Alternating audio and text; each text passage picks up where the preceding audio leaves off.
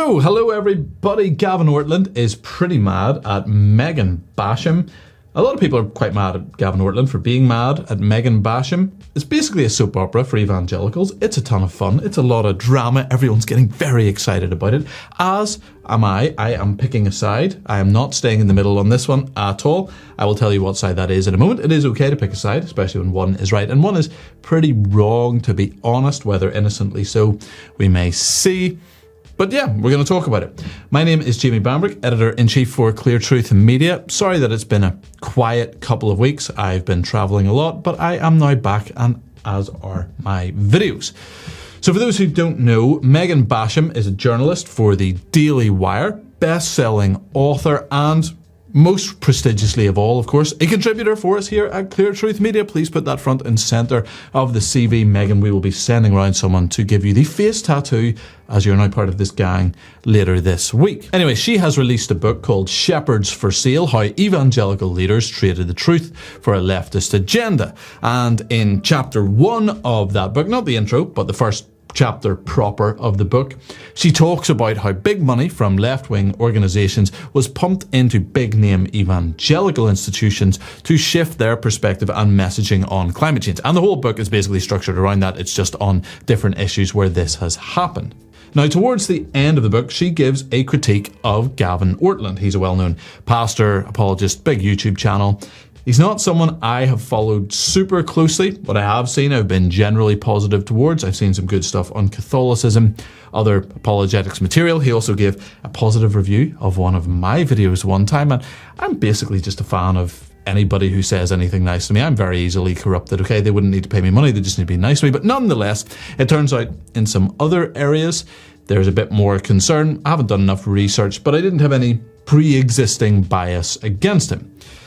A few years ago, he did a video on climate change, and Megan talked about it in her book. And Gavin is not delighted, you could say. Slight understatement there, right? He did a full response video, plus another response video, and there's some other juicy stuff potentially going on, which we will talk about in just a moment. But what did Megan actually say? Now, I actually think Megan's take on it in the book is very reasonable. You can tell that she's not a huge fan of his style, but she's not accusing him of being for sale. He says that she does say that, but that's not her point at all. And I'm surprised to see that I'm the climactic example in chapter 1, presumably of a shepherd for sale, because, you know, she's talking about how people are selling out for a leftist agenda, a church and so forth. Her point is very simple and very clear, and it follows the structure of pretty much every chapter in her book. You've got big money coming in at the top level into various institutions, causing them to shift their positions, and that then filters down and has a big impact on the sort of lower level and more popular level figures, right? So she's not saying that Gavin was paid off, but that he's been influenced by institutions like the ERLC, like the NAE.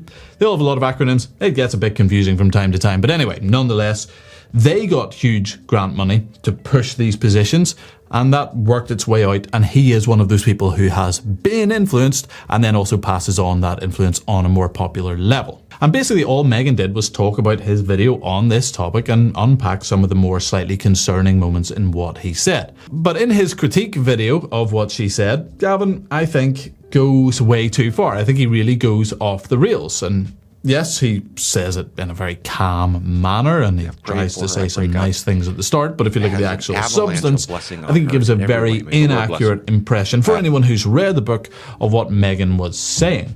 So he starts off by saying that she's accusing him of being a shepherd for sale, which again, she did not. But then he uses the following words. He uses the word dishonesty, distortion, spin, misrepresentation, and bearing false witness, right? And even if you caveat that with all these nice terms at the start, that doesn't really bear up. Like, you're not being consistent with that in your following critique. If I say, look, I'm going to be super kind about so-and-so, but they are a complete who should be. I didn't actually swear there, by the way. I just thought it'd be funnier if I pretended to. Well, then I'm not being very winsome or kind, right? Even if I pretend to be. If you read the chapter and you watch his video, his original video on this, by the way, if you read the chapter and you watch his original video on the topic, I think you'll see that it's just a fairly grounded, accurate critique of what he said. Now, in his response video, he plays a clip of the original video, framing it as something that should be calmly discussed, as though Megan ignored that. The thing is that she didn't ignore that. She says it in her chapter. What she says is, Ortlund both began and ended his presentation by stressing, albeit in those same smoothing tones, that Christians should discuss the issue respectfully and not attack one another. But that's not her critique. Her critique is as follows. It is hard to square that with his insistence that those who hold views that differ from his can be doing so only because they are motivated by politics or haven't hit the books. Her point is very simple. It is that his overall presentation makes very strong claims, and tailing that with a little addendum that, oh, well, you're not bound to do this or we can discuss this rationally, doesn't actually change the overall message. And is that fair? Is that a fair representation of the original video? Yes.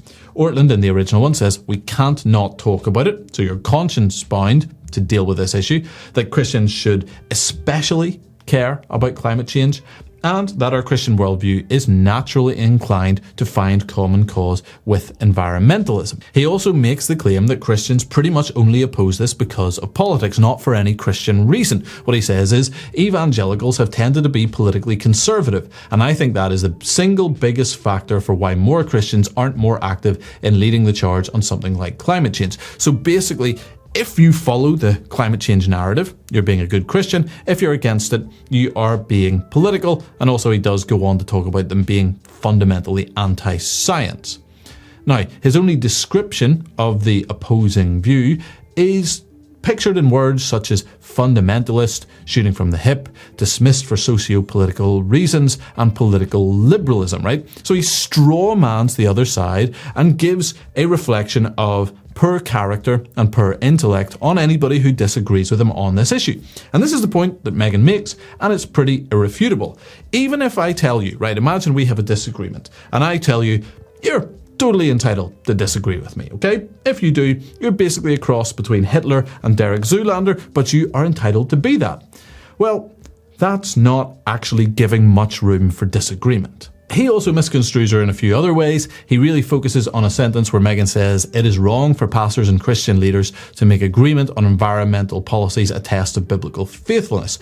And he asserts that she's referring to him in that, but actually yes, it's in a similar part of the chapter, but it's right at the very end of the chapter. It's really the end of the chapter as she's summarizing everything that she's said so far. This is very evident to everybody reading it that she's talking in broad terms about what has happened in the chapter as a whole and not him specifically. He also complains that what would have been more useful would have been for her to position the other side and contrast it with her view. I actually think she does that pretty well in this book, albeit that this is not a book on climate change primarily. This is a small portion of one chapter of a much bigger book that is on a much bigger topic than this. But she does actually do so, and I think she does it very well, albeit in a concise manner. All in all, basically, Megan's position is that Gavin's podcast pushes this hard on his followers, and it feels like there's no other legitimate position to take, that there are no good arguments on the other side. I don't think you can listen to his original video and get any other opinion than that. There's no effort to misconstrue his words here. Now, Gavin's actions since that time, I think, have been pretty poor, to be honest. Along with his followers, I might add how much of this is him and how much of this is just spontaneous, I don't know. But a whole bunch of people review bombing who haven't read the book, people review bombing, comment bombing, whatever it is, trying to get videos taken down where she's discussing this. He has publicly appealed to Elisa Childers to take it down. Apparently behind the scenes, the Ortlunds are working hard, asking big names to take down interviews in which Gavin Ortlund wasn't even mentioned, right? It's not like he's a big figure in this. There has been a whole bunch of fairly childish tactics, and I think it's pretty despicable, especially if you're trying to come across as winsome and then you actually in reality set out to destroy someone. And the thing is that even if this was all true, which it isn't, right? But let's grant that. The substance of this book would remain untouched. The substance of this book is that big progressive money has infiltrated the church through key institutions, and that is completely undeniable and has shifted the theology and the political action of the church. There are a whole bunch of big EVA leaders who need to lose their credibility, need to lose their jobs, ultimately should be excommunicated if they don't repent. And forgive me for being a little bit conspiratorial perhaps, but I think if you are friends and colleagues with Russell Moore, then you're going to have an agenda against this book. Ortlund is not a big figure in this book. He is barely mentioned in the grand scheme of things. He is not key to the substance of this book. You would think from his response that it is all about him. Not so. But Russell Moore is a big factor in this book. He is basically Darth Vader in this scenario, right? And it very much feels to everybody sitting on the outside like Russell Moore has, whether just by influence or whether by a direct discussion, has sent out Gavin Ortlund to attack this book. And it doesn't stand up at all. And I'm not the only person that thinks that. Here's what Elisa Childers wrote about it. Gavin, I can certainly appreciate your desire to defend what you believe is a misrepresentation.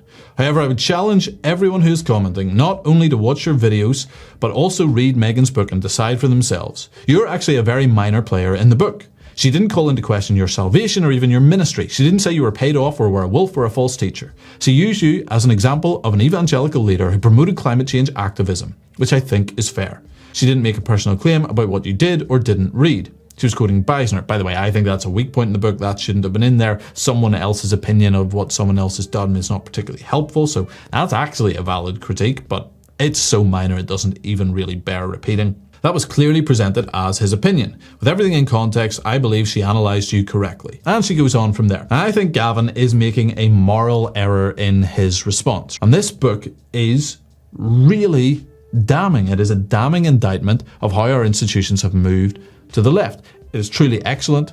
It is well detailed, well researched. And rather than our evangelical elites having even the slightest hint of self-reflection and wondering if they've compromised and been corrupted in some manner, they're doing everything they can to discredit and undermine this. They are straining out gnats, swallowing camels, but thus far, I think they fail.